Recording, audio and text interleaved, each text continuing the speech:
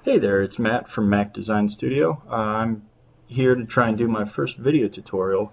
It's been a while since I've done a tutorial, so what we'll be doing today is using some of the model information from Google Earth to create a context for us. And I am going to start from scratch, so while I am not a big Sketchup user, because of the past history between Google and SketchUp and Google Earth, I find this to be a very easy way to create context, especially in urban environments. So I'm going to start here in SketchUp. Just start with a brand new, as you can see, nothing is in this scene.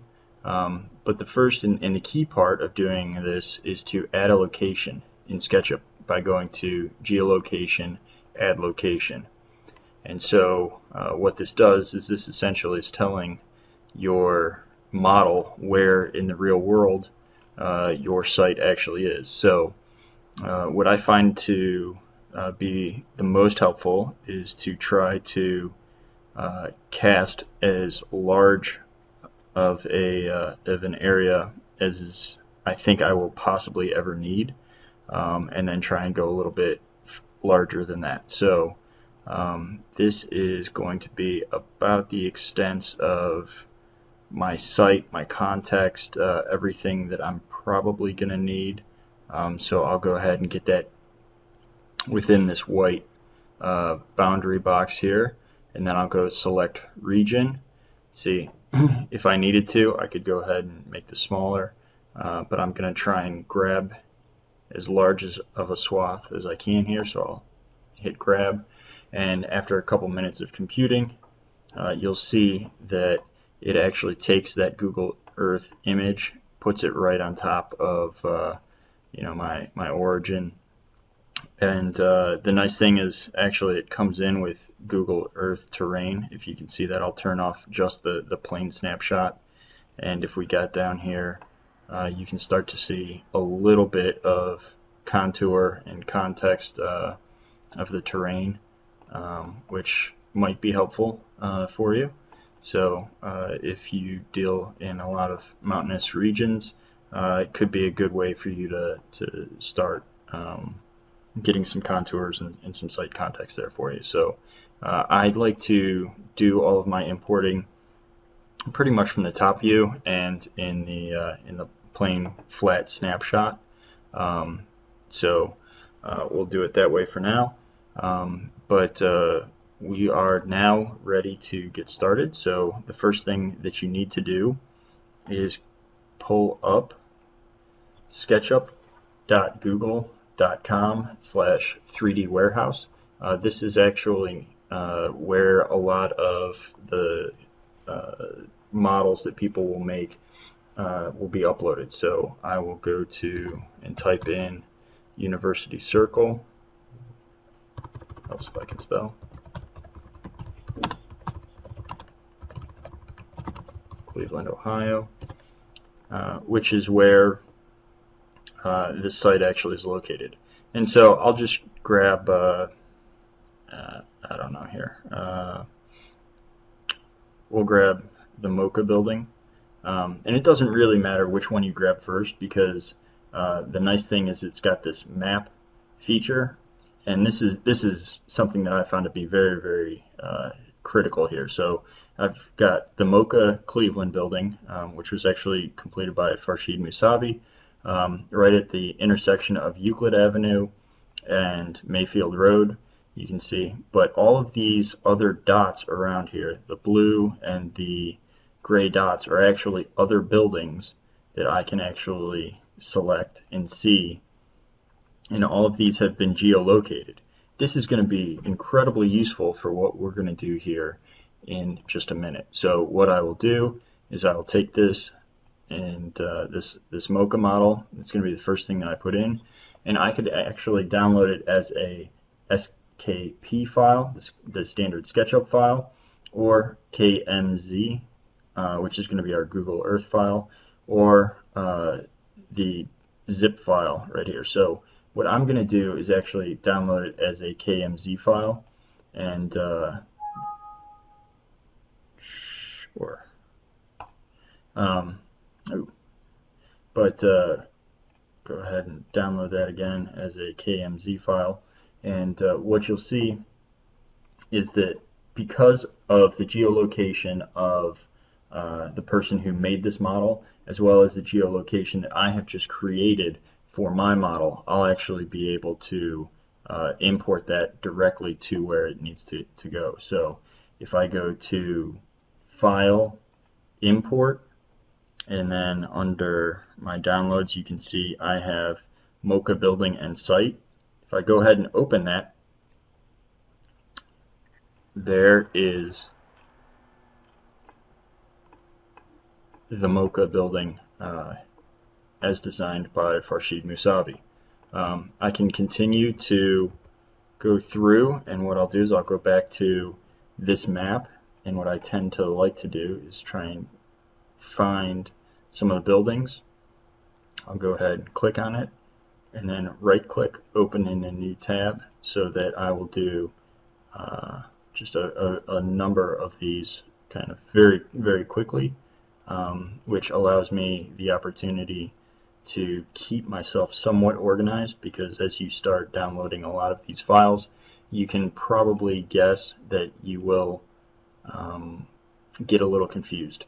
So this is a good example of a model where there are multiple models that have been created by a number of various SketchUp users.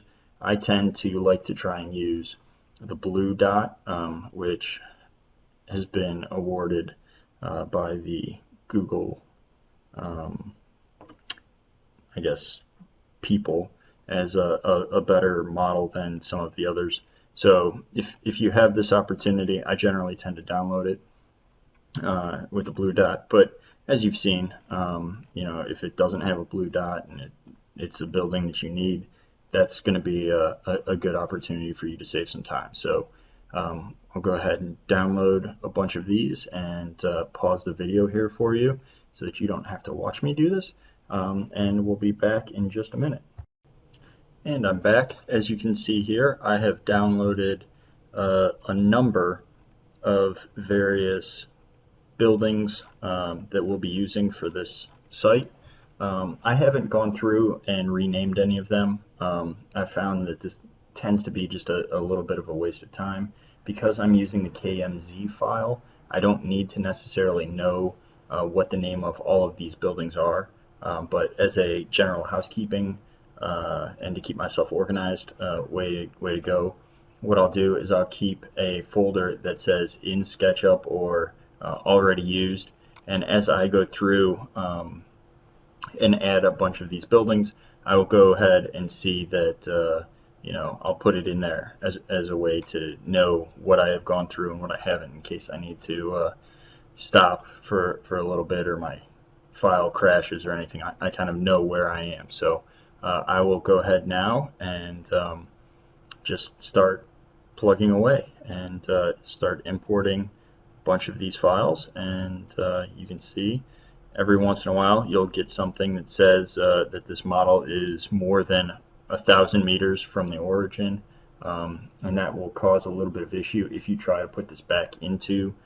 Google Earth. But if you're not planning on putting your whole scene back into Google Earth, then you can go ahead and just click preserve location, and there it is. It'll go ahead and populate that.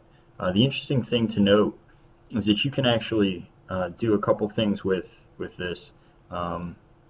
Go ahead and add more imagery in this case you've noticed some of these buildings actually will allow you to populate off of the map that we've created. So I'll go ahead and create another map for myself, or another image. Go ahead and select that, and I don't necessarily need all of that. We'll come down and through here and just grab that, and what it will do is, after it's done thinking, you can see that it goes ahead and keeps the same origin point, but just extends the plane with the satellite image on it, as well as, I believe, the terrain. So there we go.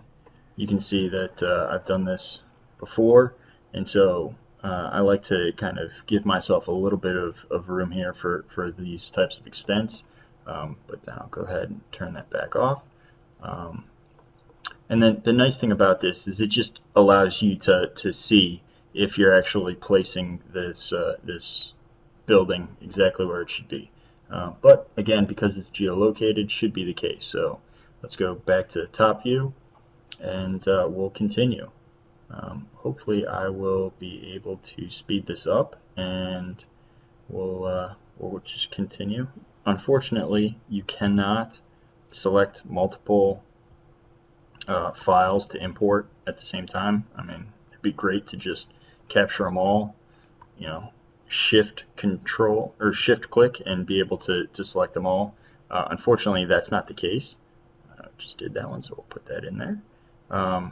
But you'll be able to go through here, and it always zooms to the extent, so that's why I like to try and gather all of my files first, or at least a good number of files, and import them all at the same time. I just find it to be a little bit easier to deal with. So I won't bore you by watching me import all of these, but I will be back. And I'm back. So one of the things that I want to show is kind of the extent to which this KMZ file and the geolocation will actually work. To show that, let's use, for example, something over in this commercial district that I want to go ahead and add a building to, because I think it's important. So I'll go up and go to my import, and I'll try and import the garage shop, and you'll notice I keep my eyes over here and nothing happens. Instead, where that file is actually located is right at my origin. So I'll go ahead and delete that. And the reason for that is actually quite simple. You know, Sketchup can only keep track of so much information before it essentially gives up. So just be aware that if you're getting a lot of the 1,000 meter warnings for some of these buildings out here, and then you try and import a building that's even further away and you don't get that 1,000 meter warning, you might want to look at the origin, because odds are that it hasn't imported in the correct location. In future videos, I'll go ahead and show ways to get around it, essentially creating a new geolocation with a common building, and then going ahead in the Sketchup file and marrying the two together, using that base common building as a origin point. So I'll show, as I said, I'll show that again in a different video. But this is it. This is the context, the University Circle area in Cleveland, Ohio, that I've downloaded. I've imported everything. Just about an hour it's taken me to download and import all of these things. One of the last things that I wanted to talk about is probably something that I should have talked about a little bit earlier, but it's the fact that using these KMZ files, or even if you downloaded the SKP file, the native Sketchup file, most of these, not all of them, but most of these files come with maps that actually depict the elevations for the building. I found this to be incredibly helpful. It's a way to save on modeling. It's a way to keep file sizes down, and it's a way to go ahead and just save time more than anything. If this building is something in the background and it's not necessary, I'm not going to go ahead and model every single one of these windows. But if I'm doing a rendering, it might be helpful. If I'm showing it to a client, it might be helpful to see where some of these windows are. You know, once you get down to eye level or around eye level, let me see if I can do that, because I'm, again, not a native Sketchup user, so bear with me.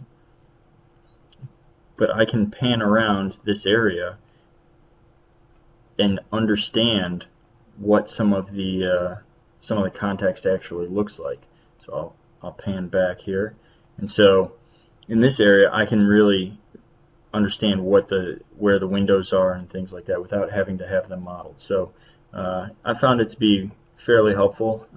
Again, It's very quick, very easy, and hopefully it's something that you can find useful. So um, if you have any questions or anything that I can help with, if this wasn't clear, feel free to contact me on my blog, which is where you found this video. But other than that, thank you very much, and hopefully this is helpful.